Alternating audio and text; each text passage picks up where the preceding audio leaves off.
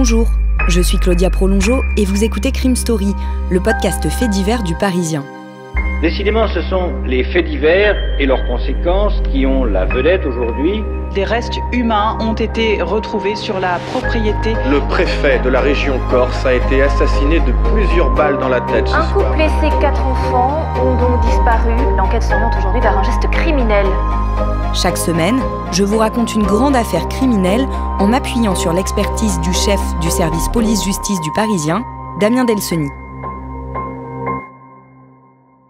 Bonjour Damien. Bonjour Claudia. Aujourd'hui dans Crime Story, le double meurtre de Montigny-lès-Metz. 2 enfants tués sauvagement en Moselle, un crime sordide bientôt entaché du spectre de l'erreur judiciaire. En 1986, Cyril Bénin et Alexandre Beckrich ont tous les deux 8 ans. Ils vivent en Moselle, à Montigny-lès-Metz. C'est une ville industrielle de près de 22 000 habitants, plutôt résidentielle, située dans la banlieue de Metz. Cyril a 3 frères et sœurs, Alexandre est fils unique. Ils habitent chacun à quelques dizaines de mètres des rails de la SNCF. Le père d'Alexandre est cheminot, celui de Cyril, chauffeur de bus. Le dimanche 28 septembre 1986, Cyril est supposé se rendre chez sa grand-mère, mais il rate son bus de 13h25. Il rentre chez lui et jette de colère son ticket sur la table. Vers 17h, il prend le goûter en compagnie de sa sœur et de ses 2 frères, puis il annonce à sa mère qu'il part faire du vélo. À 17h30, Cyril sort de chez lui, après avoir promis qu'il ne rentrerait pas trop tard. Au même moment, Alexandre sort aussi avec la même intention. Il préfère aller jouer dehors que de regarder le cyclisme avec son grand-père. Les 2 petits garçons ne sont pas plus amis que ça, mais ils arrivent tous les 2 à vélo au même endroit, au même moment, rue de Venizelos. C'est un chemin de terre large et caillouteux. D'un côté, il y a des maisons individuelles avec un petit jardin. De l'autre, il y a un talus, haut d'une 20aine de mètres et très raide. Derrière le talus, dissimulé par un épais mur d'arbustes, il y a les voies ferrées, dont une, la plus éloignée, sur laquelle passe le train express pour Paris. C'est un endroit peu fréquenté, en particulier le dimanche, puisqu'aucun cheminot n'y travaille. Devant les rails, il y a des voies de garage où les trains au repos sont entreposés.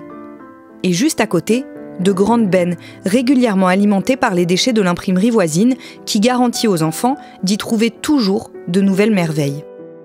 Ce jour-là, logiquement, Cyril et Alexandre posent leur vélo, l'un est vert, l'autre jaune, au pied du talus, et décident de s'y aventurer ensemble. À 18h30, le grand-père d'Alexandre, un enfant décrit comme très sage, commence à s'inquiéter. Il le cherche partout et finit par s'arrêter en bas du talus, où il a trouvé les vélos des 2 garçons.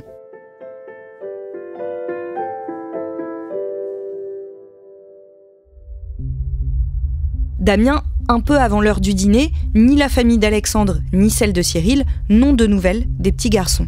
Et ils sont très inquiets, d'autant que les 2 enfants sont connus pour être plutôt obéissants et qu'ils avaient pour consigne de rentrer avant la tombée de la nuit.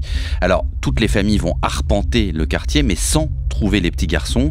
À 19h10, ils décident d'alerter les pompiers, puis la police. C'est à cet instant que les recherches officielles vont commencer. Elles aboutissent rapidement. Moins de 30 minutes plus tard, un policier découvre les corps des 2 petits garçons cachés derrière un wagon en stationnement sur les voies de garage.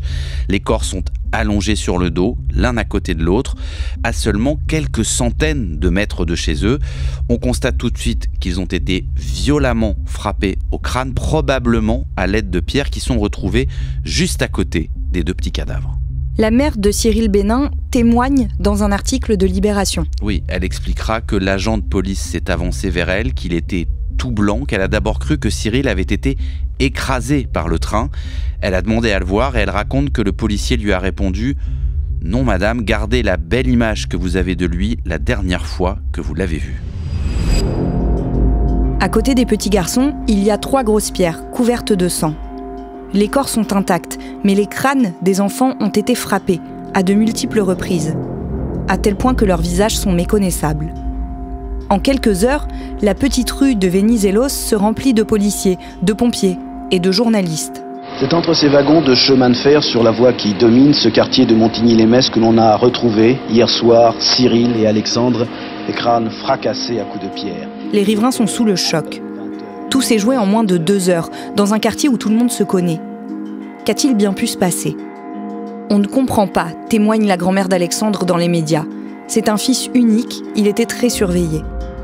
Au pied du talus, des policiers en uniforme ont dressé un périmètre de sécurité et interdisent à quiconque d'approcher. La montée pour accéder au talus, où ont été retrouvés les corps des enfants, est tellement raide que les policiers accrochent à un arbre une corde à grimper. Chaussés de bottes en caoutchouc, ils gravissent l'un après l'autre le talus. Un commissaire, puis un autre, quelques inspecteurs et enfin le procureur. En haut, les policiers cherchent des indices. Ils notent que l'un des enfants a le pantalon à demi baissé et l'autre a des graviers dans les chaussettes. Les enfants ont été frappés très violemment. Cette sauvagerie est inexplicable dans une bourgade industrielle où on n'a jamais rien vu de pareil. Parce que l'un des enfants a le pantalon baissé, pour les premiers enquêteurs sur place, il n'y a aucun doute. Il s'agit d'un double meurtre commis, disent-ils, par un sadique. À cette époque, ce terme désigne les pédocriminels. Mais d'autres enquêteurs sont plus sceptiques. Ils pensent que si c'était bien un sadique du coin, l'enquête de voisinage et les premières investigations auraient tout de suite permis de l'identifier. Rapidement, il apparaît que la préméditation est peu probable, puisqu'il aurait fallu que le meurtrier devine la présence des enfants à cette heure et à cet endroit-là. La mauvaise rencontre, fortuite, est donc privilégiée. Les corps sont transportés à l'Institut médico-légal de Strasbourg. Le lendemain, l'émotion est à son comble parmi les collègues de travail des parents des victimes. Les habitants de Montigny-lès-Metz sont inquiets. Les parents ne lâchent plus d'une semelle leurs enfants, qu'ils emmènent eux-mêmes jusque dans l'enceinte de l'école. 2 jours après leur découverte, dans la nuit du mardi 30 septembre au mercredi 1er octobre, les autopsies sont pratiquées sur les 2 petits corps. Le résultat, rendu public le jour même, démontre que les enfants n'ont pas subi de violences sexuelles. C'est une indication déterminante pour l'enquête. Il n'y avait a priori donc pas de mobile sexuel au meurtre. L'autopsie nous apprend également que la mort a été causée uniquement par les coups de pierre portés à la tête des enfants et est intervenue aux alentours de 18h selon le légiste.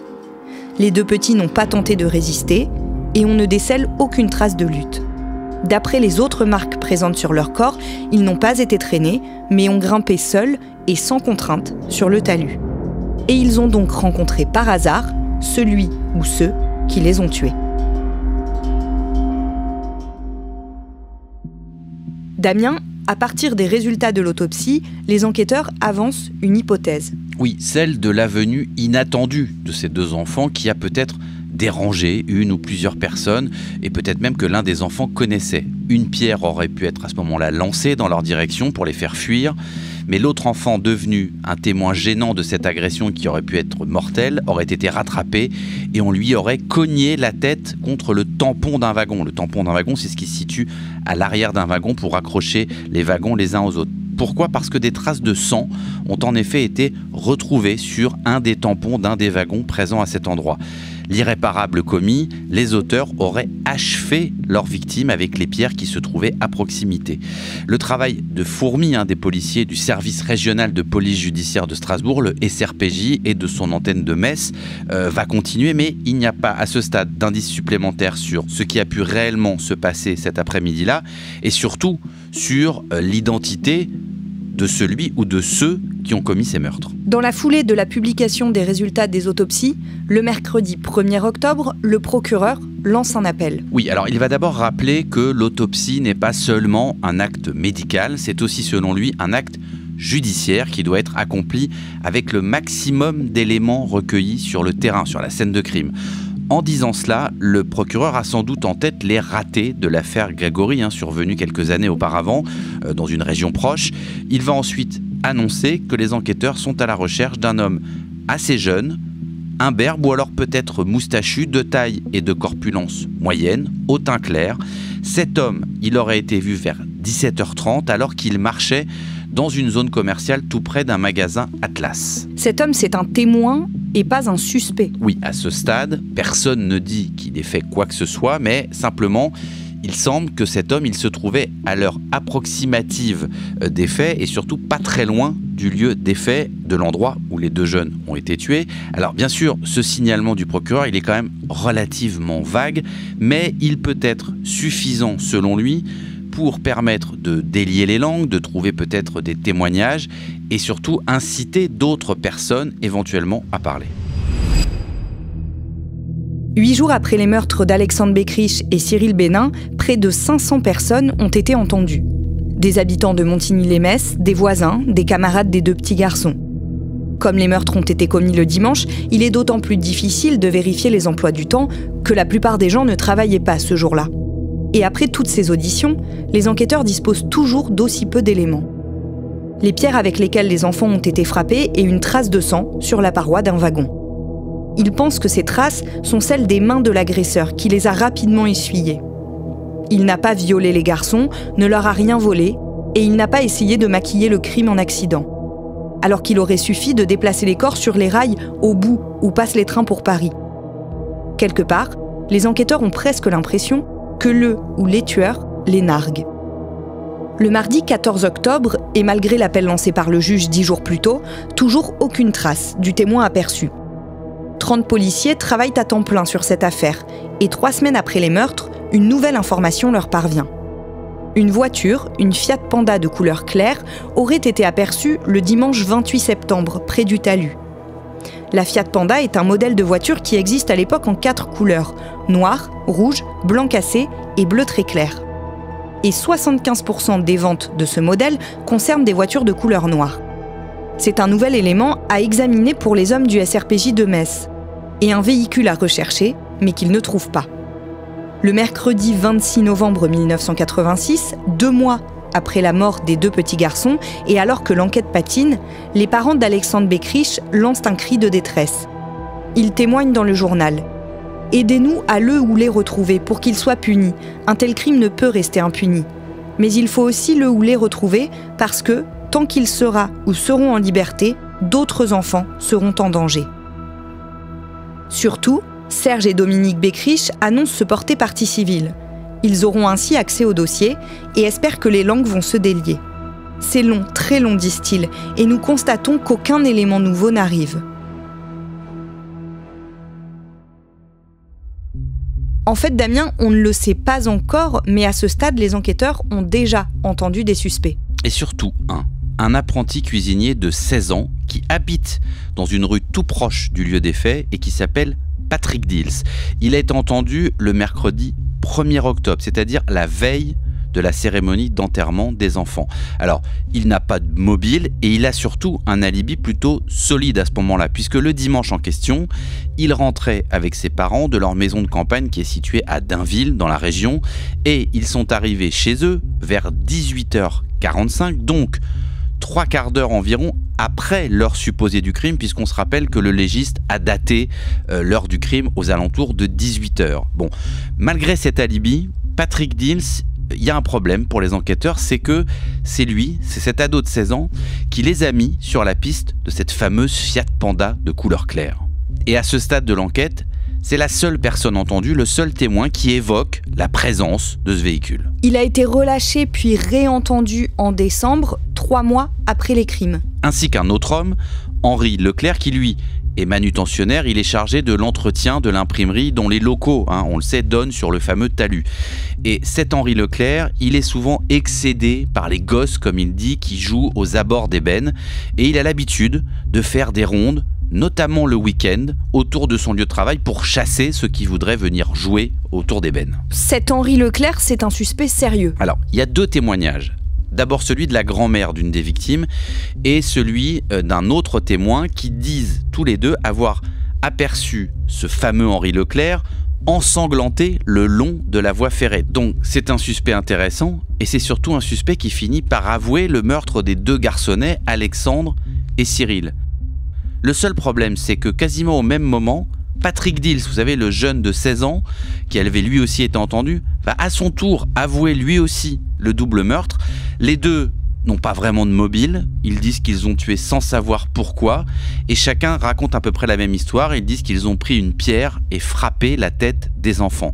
Alors, c'est un vrai problème quand vous avez 2 personnes différentes qui vous avouent le même crime et qui donnent à peu près la même description.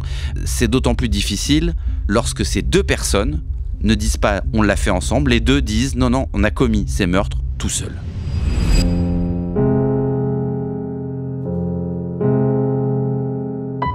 Vous venez d'écouter le premier épisode de Crime Story, le double meurtre de Montigny-lès-Metz. Suite de ce podcast dans le 2e épisode, déjà disponible sur toutes les plateformes d'écoute et sur leparisien.fr. Crime Story est le podcast fait divers du Parisien.